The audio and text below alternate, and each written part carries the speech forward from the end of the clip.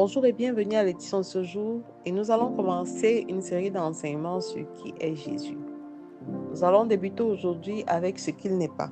Et les passages que nous allons examiner sont tirés de l'évangile de Matthieu au chapitre 16, versets 13 à 15. Il est écrit: Jésus étant arrivé dans le territoire de Césarée et de Philippe, demanda à ses disciples: Qui suis-je au dire des hommes, moi le Fils de l'homme? Ils répondirent: Les uns disent que tu es Jean-Baptiste, les autres Élie, les autres Jérémie, et l'un des prophètes. Nous arrêterons au verset 14.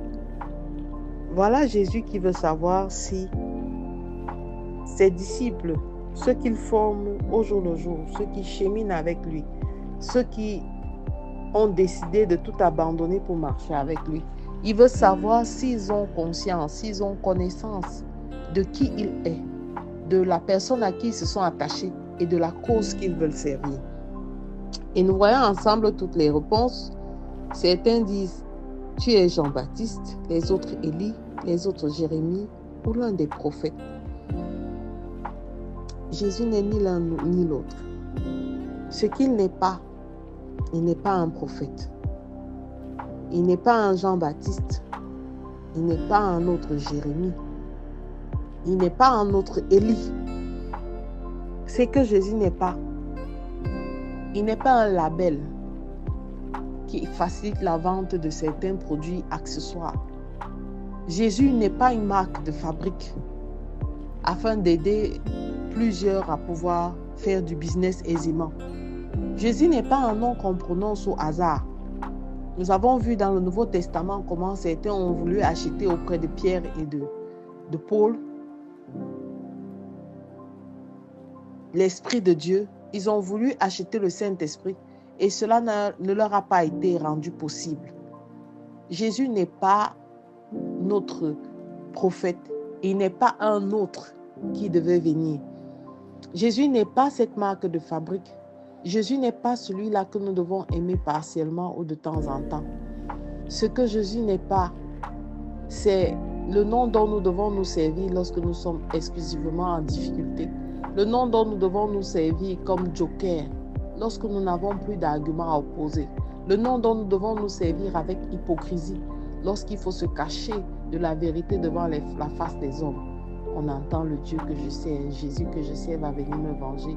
Lorsque vous entendez déjà ce genre de phrase, ça veut dire que la personne est pleinement bloquée par des arguments légitimes et ne peut brandir que ce nom-là pour pouvoir se défendre. Jésus n'est pas caché dans un objet. Jésus n'est pas caché dans une huile. Jésus n'est pas caché dans un matériel, dans une matière, bien-aimé. Jésus n'est pas autre chose que le Fils de Dieu.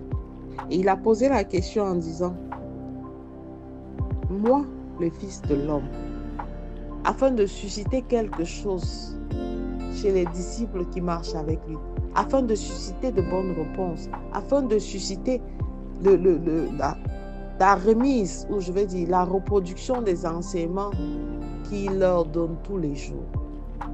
Bien-aimé, ce n'est pas Jésus.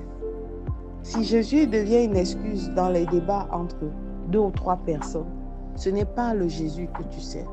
Ce n'est pas le Jésus qui t'a appelé. Ce n'est pas le Jésus qui a donné sa vie afin que tu reçoives le salut. Ce Jésus est tout pour nous.